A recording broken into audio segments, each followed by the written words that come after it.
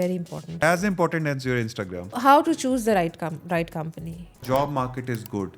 The expectation Are of unreal. the Yes, they are candidate wrong. is wrong.